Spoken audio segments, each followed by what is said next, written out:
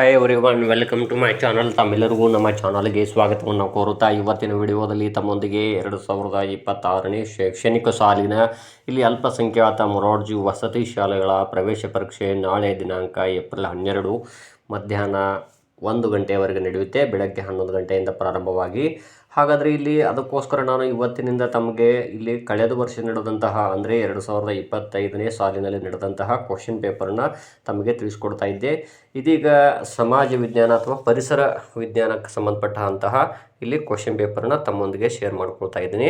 ಇನ್ನು ತಾವು ನಮ್ಮ ಚಾನಲ್ ಫಸ್ಟ್ ಟೈಮ್ ನೋಡ್ತಾ ಇದ್ದರೆ ತಾವೆಲ್ಲೂ ಕೂಡ ನಮ್ಮ ಚಾನಲ್ ಸಬ್ಸ್ಕ್ರೈಬ್ ಆಗಿ ಅಂತ ತಿಳಿಸುತ್ತಾ, ಇದು ಪರಿಸರ ವಿಜ್ಞಾನ ಅಥವಾ ಸಾಮಾನ್ಯ ಜ್ಞಾನ ಅಂತ ಹೇಳಿದ್ದಾರೆ.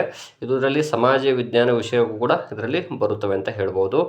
ಇಲ್ಲಿ ನೋಡೋಣ 81ನೇ ಪ್ರಶ್ನೆ, ಭೂಮಿ ಮತ್ತು ಇಲ್ಲಿ ಇತರ ಗ್ರಹಗಳು ಸೂರ್ಯನ ಸುತ್ತ ಸುತ್ತುತ್ತಿವೆ ಎಂದು ಪ್ರತಿಪಾದಿಸಿದ ವಿಜ್ಞಾನಿಗಳು ಯಾರು ಅಂತ ಹೇಳಿದ್ದಾರೆ. ಇದರಲ್ಲಿ ಬಿ ಆಪ್ಷನ್ ನಿಕೋಲಾಸ್ ಕೋಪರ್ನಿಕಸ್ ಮತ್ತು ಇಲ್ಲಿ ಜೋಹಾನಸ್ ಕೆಪ್ಲರ್ ಅವರು.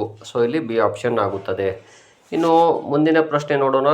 ಇಲ್ಲಿ ಎಷ್ಟು ವರ್ಷಗಳಿಗೆ ಒಮ್ಮೆ ಹ್ಯಾಲಿ ಧೂಮಕೇತು ಕಾಣಿಸಿಕೊಳ್ಳುತ್ತದೆ ಅಂತ ಹೇಳಿದ್ದಾರೆ. ಇದರಲ್ಲಿ 4 ಆಪ್ಷನ್ಸ್ಗಳನ್ನು ನೋಡ್ತಾ ಹೋಗಿ. ಇಲ್ಲಿ ಮೊದಲಿಗೆ 12 ವರ್ಷಗಳು, 38 ವರ್ಷಗಳು, 56 ವರ್ಷಗಳು ಹಾಗೂ ಇಲ್ಲಿ 76 ವರ್ಷಗಳಂತಿದೆ. ಇದರಲ್ಲಿ 76 ವರ್ಷಗಳು ಆಗಿದೆ. ಇನ್ನು ಅದೇ ರೀತಿಯಾಗಿ ಭಾರತದ ದಕ್ಷಿಣದ ತುತ್ತ ತುದಿಯನ್ನು ಏನೆಂದು ಕರೆಯುತ್ತಾರೆ ಅಂತ ಹೇಳಿದರೆ, ಇದರಲ್ಲಿ ಆಪ್ಷನ್ಸ್ಗಳಲ್ಲಿ ಇಂದಿರಾ ಪಾಯಿಂಟ್, ಇಂದಿರಾ ಕೋಲ್, ಲಕ್ಷದ್ವೀಪ, ಅಂಡಮಾನ್ ಮತ್ತು ನಿಕೋಬಾರ್ ದ್ವೀಪ ಅಂತಿದೆ. ಇದರಲ್ಲಿ ಆಪ್ಷನ್ ಆಗುತ್ತದೆ ಇಂದಿರಾ ಪಾಯಿಂಟ್ ಆಗಿದೆ. ಇನ್ನು ನೆಕ್ಸ್ಟು 5800 ಲೀಟರ್ ಅನ್ನು ಕಿಲೋ ಲೀಟರ್ಗೆ ಇಲ್ಲಿ ಪರಿವರ್ತಿಸಿದಾಗ, ಅದಕ್ಕಿಂತ ಪೂರ್ವದಲ್ಲಿ ಇಲ್ಲಿ 84ನೇ ಪ್ರಶ್ನೆ ನೋಡ್ಬೋದು ತಾವು.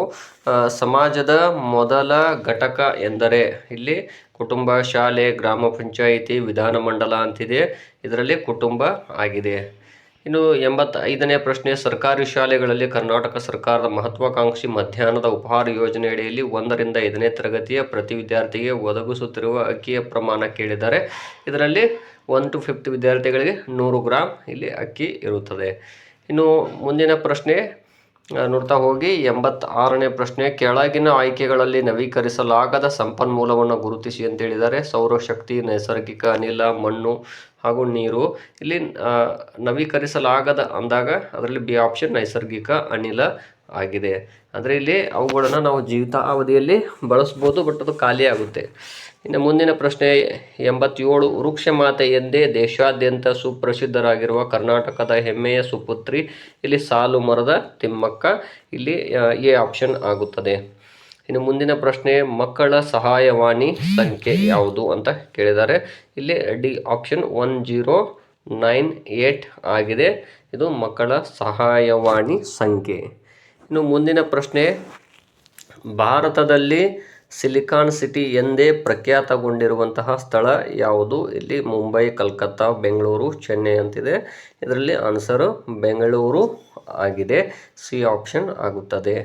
ಇನ್ನು ಮುಂದಿನ ಪ್ರಶ್ನೆ, ಭಾರತದ ಅತ್ಯಂತ ಎತ್ತರವಾದ ಜೋಗ್ ಜಲಪಾತ ಇರುವ ಕರ್ನಾಟಕದ ಜಿಲ್ಲೆ ಯಾವುದು ಅಂತ ಹೇಳಿದ್ದಾರೆ. ಇಲ್ಲಿ ಶಿವಮೊಗ್ಗ, ಉಡುಪಿ, ಮಂಡ್ಯ, ಬಳ್ಳಾರಿ. ಇಲ್ಲಿ ಆನ್ಸರ್ ಯಾವುದು ಅಂದರೆ ಶಿವಮೊಗ್ಗ ಜಿಲ್ಲೆ. ಇದು ಜೋಗ ಜಲಪಾತ ಇರುವಂತಹ ಕರ್ನಾಟಕದ ಜಿಲ್ಲೆ ಆಗಿದೆ. ಇನ್ನು 91ನೇ ಪ್ರಶ್ನೆ ನೋಡೋಣ. 1ನೇ ಪ್ರಶ್ನೆ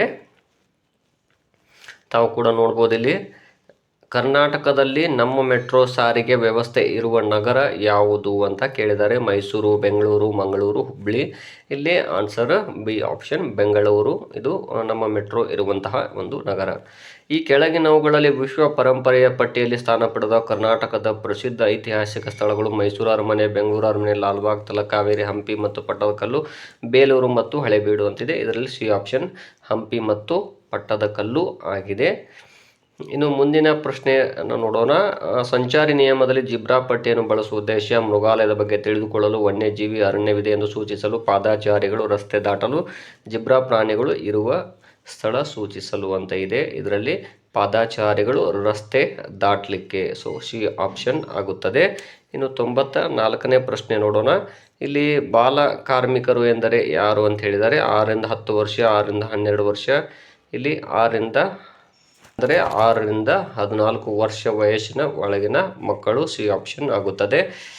ತಾವು ಕೂಡ ನೋಡ್ಬೋದು ಇಲ್ಲಿ ಪ್ರಶ್ನೆ 4 ಆಪ್ಷನ್ಸ್ಗಳನ್ನು ಸಿ ಆನ್ಸರ್ ಆಗುತ್ತದೆ. 95ನೇ ಪ್ರಶ್ನೆ, ಈ ಕೆಳಗಿನವುಗಳಲ್ಲಿ ಸರಿಯಾದ ರೀತಿಯ ಕರ್ನಾಟಕದ ಧ್ವಜದ ಬಣ್ಣದ ಸಂಯೋಜನೆಯನ್ನು ಗುರುತಿಸಿ ಅಂತ ಹೇಳಿದ್ದಾರೆ. ಇದರಲ್ಲಿ ಆನ್ಸರ್ ಯಾವುದು ಅಂದರೆ ಇಲ್ಲಿ ಎ ಆಪ್ಷನ್ ಹಳದಿ ಮತ್ತು ಕೆಂಪು ಆಗಿದೆ. ಇನ್ನು ನೆಕ್ಸ್ಟ್ ಮುಂದಿನ ಪ್ರಶ್ನೆ ನೋಡೋಣ. ಖೋಖೋ ತಂಡವೊಂದರಲ್ಲಿ ಆಡುವ ಆಟಗಾರ ಸಂಖ್ಯೆ ಎಷ್ಟು ಇರಬೇಕು ಅಂತ ಹೇಳಿದ್ದಾರೆ. 9, 10, 11, 12 ಅಂತಿದೆ. ಇಲ್ಲಿ ಖೋಖೋ ತಂಡ ಒಂದರಲ್ಲಿ 9 ಆಟಗಾರರು ಆಡುತ್ತಾರೆ. ಮಳೆಯನ್ನು ಪಡೆಯುವ ಸ್ಥಳ ರೂಹುಲಿ, ಗಂಗಾನಗರ, ಮೌಸಿನ್ ರಾಮ್, ಅನೋಯಿಮುಡಿ ಅಂತಿದೆ. ಇದರಲ್ಲಿ ಭಾರತದಲ್ಲಿ ಹೆಚ್ಚು ಮಳೆ ಆಗುವಂಥ ಸ್ಥಳ ಯಾವುದು ಅಂದರೆ ಇಲ್ಲಿ ಸಿ ಆಪ್ಷನ್ ಮೌಸಿನ್ ರಾಮ್ ಆಗಿದೆ. ಇನ್ನು 98ನೇ ಪ್ರಶ್ನೆ ನೋಡೋಣ. ಹೆಣ್ಣು ಮಕ್ಕಳ ಉಚಿತ ಬಸ್ ಪ್ರಯಾಣಕ್ಕಾಗಿ ಕರ್ನಾಟಕ ಸರ್ಕಾರದಿಂದ ಇತ್ತೀಚೆಗೆ ಪರಿಚಯಿಸಿರುವ ಯೋಜನೆ ಯಾವುದು ಅಂದರೆ ಇಲ್ಲಿ 4 ಆಪ್ಷನ್ಸ್ಗಳಲ್ಲಿ ಸಿ ಆಪ್ಷನ್ ಆಗುತ್ತದೆ, ಶಕ್ತಿ ಯೋಜನೆ ಅಂತ ಕರೀತಾರೆ. ಇನ್ನು 99ನೆಯ ಪ್ರಶ್ನೆಯನ್ನು ನೋಡೋಣ. ಕರ್ನಾಟಕದಲ್ಲಿ ಬುಡಕಟ್ಟು ಸಮುದಾಯದ ಸೋಲಿಗರು ಇರುವಂತಹ ಸ್ಥಳ ಯಾವುದು? ಚಿಕ್ಕಮಗಳೂರು, ಮೈಸೂರು, ಶಿವಮೊಗ್ಗ, ದಕ್ಷಿಣ ಕನ್ನಡ. ಈ 4 ಆಪ್ಷನ್ಸ್ಗಳಲ್ಲಿ ಸೋಲಿಗರು ಇರುವಂತಹ ಜಿಲ್ಲೆ ಯಾವುದು ಅಂದರೆ ಮೈಸೂರು ಜಿಲ್ಲೆ ಆಗಿದೆ. ಇನ್ನು 100ನೇ ಪ್ರಶ್ನೆ, ಕರ್ನಾಟಕದ ಪ್ರಮುಖ ನೃತ್ಯ ಕಲೆಯ ಪ್ರಕಾರ ಯಾವುದು ಅಂತ ಹೇಳಿದ್ದಾರೆ. ಭರತನಾಟ್ಯ, ಯಕ್ಷಗಾನ, ಬಿಹು, ಬಾಂಗ್ರಾ. ಇದರಲ್ಲಿ ಯಕ್ಷಗಾನ ಆಗಿದೆ. ಸೊ ಇಲ್ಲಿ ಬಿ ಆಪ್ಷನ್ ಆಗುತ್ತದೆ.